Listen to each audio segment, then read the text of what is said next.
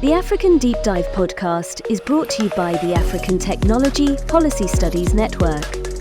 This podcast explores how science, technology, and innovation can drive sustainable development and global inclusion in Africa.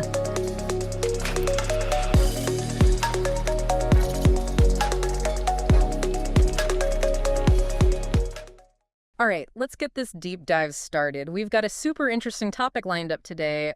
Open science in sub-Saharan Africa. Sounds fascinating. Yeah, you sent over research paper 32.pdf. Oh, right.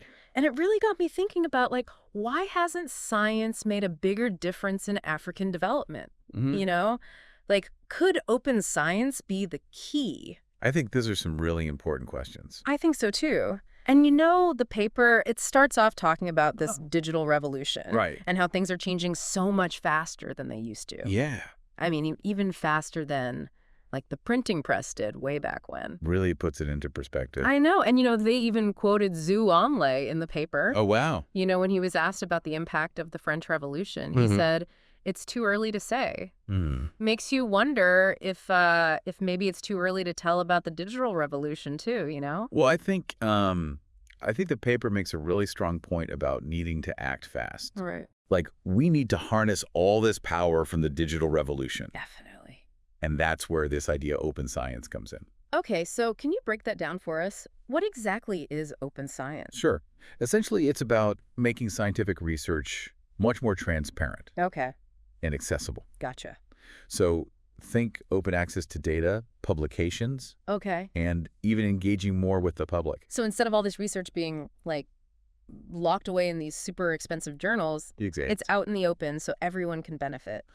Precisely. I like that. And, the paper even cited a European Commission study that found that the economic potential just of open data alone is massive. Oh, wow. We're talking billions of euros. Really? Yeah. Even for developing economies. That's incredible. But the paper also talks about how open science could be especially impactful in Africa, right? Yes, absolutely. Okay. It highlights how open science can help build, this critical mass in research. Yeah. Encourage more collaboration and really accelerate progress. Africa has just so much untapped potential. Right. And open science could be the key to unlocking it. I like that. The paper actually mentions two organizations, ELIXIR and H3A Bionet. Hold on, back up. What are those? Oh, ELIXIR is a European bioinformatics platform. Okay. And H3A Bionet is a Pan-African bioinformatics network. Oh, cool. So they're both doing some really cool work with open science. Interesting. But they represent different approaches to it. Okay. And are tackling different kinds of challenges. So ELIXIR is kind of the mentor. Yeah. And H3A Bionet is the up-and-coming... Exactly. The rising star. I like it. But okay, let's get real. The paper also mentions how some researchers, they aren't exactly thrilled about sharing their data. Oh, right? yeah. Even calls them data custodians instead of data owners. What's that all about? Well, there can definitely be, some resistance to this idea of open science. Some researchers feel like they own the data they collect. Yeah. Even when it's publicly funded. So it's hey, I did all the work. Exactly. It's mine. Yeah, it's mine. But if it's publicly funded, shouldn't it benefit everyone? Well, that's the argument. The paper really stresses that researchers have a responsibility to share their data. Yeah. For the greater good. Right. Think about the 2013 Ebola outbreak. Right. The response was it was really hampered by a lack of open data infrastructure. Yeah, everyone was scrambling for information. Exactly. Imagine if there had been a continent-wide Ebola data platform. Oh, wow. Where researchers could just easily share all their information. Right. It could have made a massive difference. Yeah, absolutely. That's a really good point. Okay, but even if researchers are willing to share data, do they even have the skills and resources to do it effectively? The paper talked about this capacity building and bridging the skills gap in Africa. Absolutely. And it's a crucial point. The paper really highlights the need for more training in data science and machine learning. Okay. It mentions things like data carpentry workshops. Oh, yeah. Which are doing great work. Right. But it also stresses that universities need to offer more data science courses. So basically, we need to equip people with the tools and the skills to really participate. Exactly. in this open science revolution. Yes. But it's more than just technical skills, right? Absolutely. Didn't the paper also talk about needing to consider different cultures Yeah. and languages in Africa? Absolutely. Right. It's not one size fits all. Right. We have to make open science relevant and accessible within different African contexts. Yeah, that makes sense. And that brings up another challenge. Even, seasoned scientists Oh, yeah. sometimes struggle with these new AI tools Yeah. that are out there. Right. So, we have to make these powerful tools accessible even to people who aren't, like AI experts. Right. So we want to empower everyone, not just the tech wizards. Yeah. Okay, but all this sounds kind of expensive. Who's going to pay for all this training and infrastructure? Well, the paper does point to science granting councils Right. as potentially playing a key role. Okay. And it actually it did a survey of these science granting councils Okay. to see what they thought about open science. Okay, so what did they find? Were they on board with this whole open science idea? Well, it turns out most of them do agree that open science is important. Okay, that's good. But Oh, there's a but. there's always a but. Of course. What's the catch? They also pointed out some pretty major roadblocks, Right. funding limitations, Right. and also how to incentivize researchers to actually adopt open science practices. So it's kind of like a chicken and egg thing, right? It is. We need more funding for open science. Yes, But we also need to, prove that it's worth it to get that funding. exactly. It's a tough one. All right, so what about solutions? What did the paper suggest? Well, it really highlighted the importance of having clear policies in place to support open science. Okay. So think policies on, data management, open access publishing, Gotcha. even intellectual property rights. So, a whole system overhaul. It is creating a framework that rewards and incentivizes these open science practices. Okay. And speaking of systems, what about scientific publishing itself? Yes. The paper mentions how expensive it can be It is. to access research, especially for researchers in developing countries. Isn't that a big barrier to open science? Absolutely. It can be incredibly frustrating for researchers who just can't afford to access the latest research. Right. It's like being locked out of a library full of knowledge. Exactly. But didn't the paper mention something called Plan S? It did. What is that? Plan S is this really bold initiative to make all publicly funded research open access. Oh, wow. And as you can imagine, it's caused quite a stir. Oh, I bet. Tell me more. Well, you have, on one side, people who see it as like a much-needed shakeup, Yeah. of the system, Okay. a way to democratize knowledge. Yeah, I like that. But then on the other side, you have people who are really worried about the impact on scientific quality and the role of these, established publishers. So it's like a tug of war. It is. Yeah. A tug of war between tradition and progress. Wow. So there's like a scientific revolution brewing.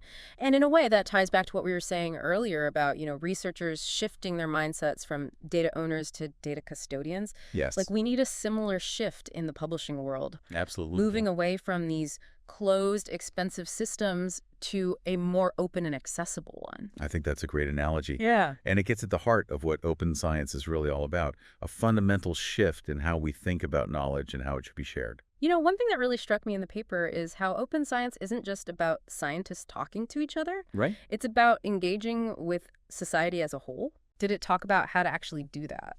It did. It Yeah. emphasized this need for open dialogue and collaboration between science and society. Okay. Science doesn't exist in a vacuum. Right. It's part of a larger societal ecosystem. Yeah. And it's most effective when it's responsive to the needs and the challenges of that ecosystem. So less ivory tower. Exactly. More town square. I like that. Or town square, yeah. And there's so many ways to do this. Think citizen science. Oh, yeah. Where everyday people participate in real research projects Cool. or science festivals that, bring science to life for the public. It's like giving everyone a backstage pass to the scientific process. Exactly. And didn't the paper also talk about how important it is to tailor these open science initiatives to specific African contexts? Absolutely. Not just importing models from, other parts of the world, Yeah. but really understanding the local needs and cultures. Right. Meeting people where they are, Yeah, making science relevant to their lives. right. But, okay, let's be realistic. There are some challenges. Of course. There are always challenges. Yeah, The paper talks about this lack of robust research infrastructure in many parts of Africa, Yes, that's a And- major one. like reliable internet access, data storage facilities, all of that. Yeah, those are big ones. Yeah. What did the paper suggest about that? Well, it highlighted the need for investments in things like national research and education networks, Okay. or NRNs. Okay. They're working to improve connectivity and access to digital resources for researchers. So laying the groundwork, literally and figuratively. Exactly. But it's not just about the physical infrastructure, right? It's also about investing in the human side of things. Absolutely. It's about training those data scientists, Yeah. equipping researchers with the skills to manage and analyze data, Right. and really fostering this culture of data sharing and collaboration. And this needs to start early, right? It does. Even in secondary school. Yeah, I think so. To nurture that next generation of African scientists. Planting the seeds of scientific curiosity. I love it. Yes. This reminds me of what the paper said about those science granting councils. Yes. Taking on like a leadership role in open science. Right. What was their vision for that? Well, the paper actually proposed a really ambitious idea, an African open science area. Whoa. So imagine all African countries Yeah. pooling their resources, their expertise, Okay. to create this continent-wide network of collaboration and knowledge sharing. Wow. It would be like building a scientific superhighway across the continent. That's a great way to put it. It would allow researchers to collaborate on a scale never seen before, Right. share data and resources, and tackle some of the biggest challenges facing Africa with this unified approach. Wow. What a powerful statement that would make. It would. But, okay, let's not forget about the elephant in the room. How do we actually incentivize researchers to, embrace open science when the traditional reward system is still so focused on individual achievement and publications in those, high-impact journals? That is a huge hurdle. Yeah. And the paper acknowledges that. We have to change the incentive structure. Right. Right now, the focus is all about individual achievements, getting published, racking up citations. We need a system that values and rewards collaboration, Right. data sharing, Uh. public engagement, just as much as those individual accolades. So less about competing with each other and more about working together to solve problems. Yes. That's a big shift. It is a big shift. Yep. But the paper argues that it's a necessary one if we want open science to really flourish and reach its full potential.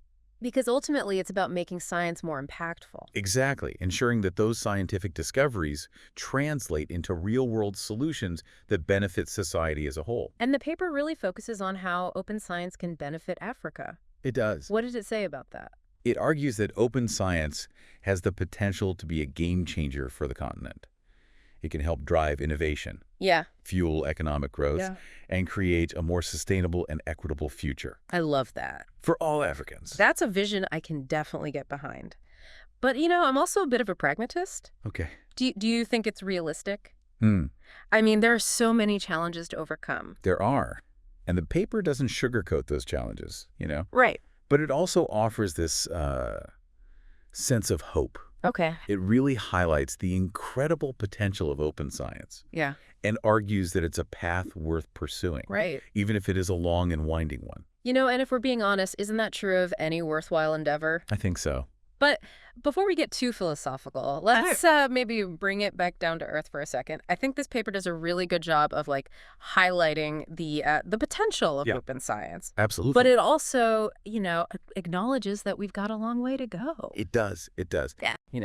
And one of the things that really stood out to me was that discussion about researchers' mindsets. Right. It's not just about having access to the data. Yeah. It's about fostering a whole culture of sharing and collaboration. So you mean moving away from that publish or perish mentality? Yeah. That can make academia, so competitive. Yeah. Yeah. Because it can feel like sometimes scientists are more worried about getting credit than actually solving problems. I know. Yeah. Right.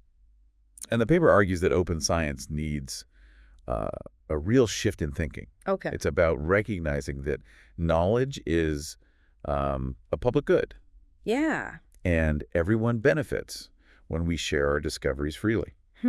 That's a powerful idea.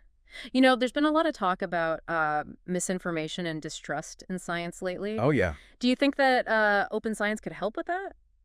I think it could. Yeah. Because I think transparency is really key to building trust. Right. When people can understand the scientific process Yeah. and see how rigorous it is and how open to scrutiny it is, Right. I think they're more likely to have confidence in those findings. So it's like instead of just presenting the conclusions, you're showing them how you got there. Exactly. You're letting them peek behind the curtain. Yeah, exactly. Right. And, the paper even mentioned some cool ways to engage the public directly, like citizen science projects. Citizen science is a fantastic example. Mm-hmm. It's about empowering people to participate in real research. Yeah. Not just read about it Right. in some journal. I love that. It can be really powerful, Yeah. especially for engaging communities that haven't traditionally been included in scientific endeavors. Right. It makes science feel more accessible, Yeah, more relevant to absolutely. people's everyday lives. Totally. And speaking of relevance, didn't the paper also talk about the need to adapt open science initiatives to different African contexts? It did. It really emphasized that we can't just, copy and paste models. Yeah, Like from other parts of the world. Right. We have to understand the local needs, the priorities, and the cultural nuances. Right. Like in some communities, maybe knowledge sharing happens through oral traditions, not Right. written publications. Right. Meeting people where they are. Yeah. And finding ways to make science meaningful Right. within their existing, knowledge systems. Okay, but let's be realistic for a minute. Okay. A lot of these initiatives, they sound great in theory, Right. but we can't ignore the practical challenges, Restaurant. Oh, of course not. The paper talked about that lack of infrastructure It did. in many parts of Africa.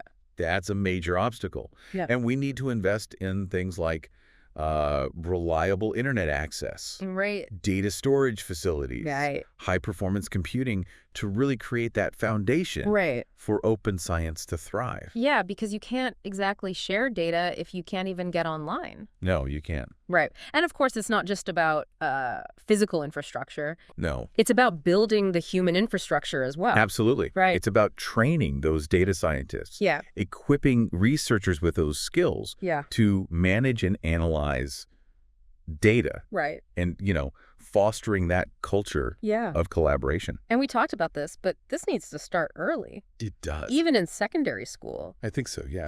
to really, nurture Yeah, that next generation exactly. of African scientists. That's right. Yeah. Planting those seeds Yeah. of curiosity. I love it. Okay, so we've talked about, infrastructure. We've Yeah. talked about training. Yeah. Changing those mindsets. Mhm. But, who is going to coordinate all of this? Right. Did the paper propose any kind of, overarching structure? It did. Remember those science granting councils Yeah. that we talked about earlier? Yeah. It suggests that they could play a really crucial role Okay. in leading this charge Yeah. for open science. And it actually proposed a pretty ambitious idea, the creation of an African open science area. Wait, what's that? Okay, so imagine all the African countries Okay. coming together Yeah. to create this, continent-wide network for scientific collaboration and knowledge sharing. Wow. So it would be like a scientific superhighway. Exactly. Connecting researchers across the continent. Yes, that's a great way to put it. Wow. It would allow researchers to collaborate on a scale never seen before, Right. to share data, resources, and tackle those big challenges Yeah. facing Africa with a unified approach. That would be incredible. What a powerful statement. It would be. But hold on a second. Let's say this African open science area, actually becomes a reality. Okay. How do we actually get researchers to buy into it? Yeah. Because let's be honest, the traditional academic system, Yeah. doesn't exactly reward collaboration or data sharing. That's true. It's a huge cultural shift. And the paper acknowledges that. Yeah. We need to change that incentive structure. Okay. Right now, it's all about individual achievement, getting published, Right. racking up citations. We need a system that values and rewards things like collaboration, Yeah. data sharing, and public engagement, Right. just as much as those individual accolades. So less about competing with each other, more about working together to solve problems. Exactly. That is a big shift. It is a big shift. But the paper argues that it's a necessary shift if we want open science to really flourish Right. and reach its full potential. Because ultimately it's about making science more impactful. Exactly. It's Yeah. about ensuring that those scientific discoveries actually translate into real-world solutions Right. that benefit society as a whole. And this paper really focuses on how open science can benefit Africa. It does. What did it say about that? It argued that open science has the potential to be a game changer for the continent, that it can help drive innovation, Huh. fuel economic growth, and create a more sustainable and equitable future for all Africans. But that's a vision I can get behind. But I'm also, a little bit of a pragmatist. Do you think it's realistic? I mean, there's so many challenges to overcome. There are a lot of challenges, Yeah. and the paper doesn't sugarcoat those, but it also offers a sense of hope. Okay. It highlights the incredible potential of open Right. science and argues that it's a path worth pursuing, Yeah. even if it is a long and winding one. And if we're being honest, isn't that true of any worthwhile endeavor? I think it is. But before we get too philosophical, okay, so let's shift gears a bit and, think about you, the listener. This paper argues that open science, it's not just about like tools and policies. No. It's this like fundamental shift in how we think about knowledge, Yeah. how it's created and shared. Yeah. So how do you think open science could, really transform things, not just research, but like innovation and development, especially across Africa? That's a really interesting question. Yeah. I think what's exciting is the potential for open science to empower this new generation of African innovators. Oh, yeah. Imagine, young people all across the continent, they have access to all the latest scientific knowledge Right. and the tools to actually apply that knowledge to solve local challenges. So it's like democratizing innovation. It's It's a- not just like relying on big companies or, outside organizations to come up with solutions. It's letting people on the ground create their own. Yeah, absolutely. And the paper, it even points to some really inspiring examples Yeah. of this already happening. Cool. There are these grassroots organizations. They're using open data to map deforestation, Wow. track disease outbreaks, Okay. even create mobile apps to help connect farmers with markets. That's amazing. It's like, that saying, give a man a fish, you feed him for a day, teach a man a fish, you feed him for a lifetime. Right. But it's more like, give a community access to open science and you empower them to solve their own problems for generations to come. That's a great way to put it. Yeah. And it highlights this ripple effect Yeah. that open science can have. It's not just individual projects. It's about creating that whole culture of knowledge sharing Absolutely. and innovation Mhm. that can change, communities and even entire nations. I agree. But, let's be real for a second. There are potential downsides too, right? Oh, of course. Like, what if this open data, it gets used for things it wasn't meant for, or even something harmful? Right. Yeah, that's a valid concern. Mhm. And it's, it's something the paper does touch on. It's an ongoing debate in the open science community.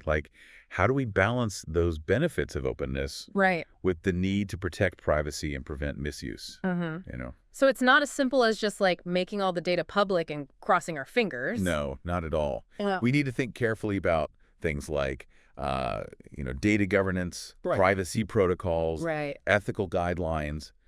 We have to make sure that open science is being used responsibly Yeah. and for the benefit of all. Okay. And it's, and it's really crucial to get diverse voices in these conversations. Oh, yeah. Not just the scientists, but policymakers, community leaders, Right. and the people whose lives are directly affected by these decisions. Because at the end of the day, isn't that what open science is all about? Bringing people together Yeah. to solve problems, collaboratively, Mm. using knowledge as a shared resource Absolutely. to create a better future. I think that's a great way to put it. Yeah. This paper, I think it does a great job of outlining both, the challenges Yes. and the opportunities Yeah. of open science in Africa. Yeah. And it's really a call to action for all of us, not just scientists, Yeah. to embrace this new way of thinking about knowledge Right. and its potential to really transform the world. It's been really eye-opening talking about this paper with you. I'm feeling really inspired to learn more about open science, especially, all the great work being done in Africa. And hopefully our listeners are feeling inspired too. I hope so too. And Yeah. there are, So many resources out there for people to explore, organizations like ELAXIR, H3A Bionet, Right. online communities, Yeah. workshops. And who knows, maybe some of our listeners will even be inspired to start their own open science initiatives. Wouldn't that be amazing? The possibilities are endless. But for now, we've come to the end of our deep dive. It's been a pleasure. It really has. And a huge thank you to you, our listener, for joining us on this journey. Until next time, keep exploring, keep learning, and keep diving deep.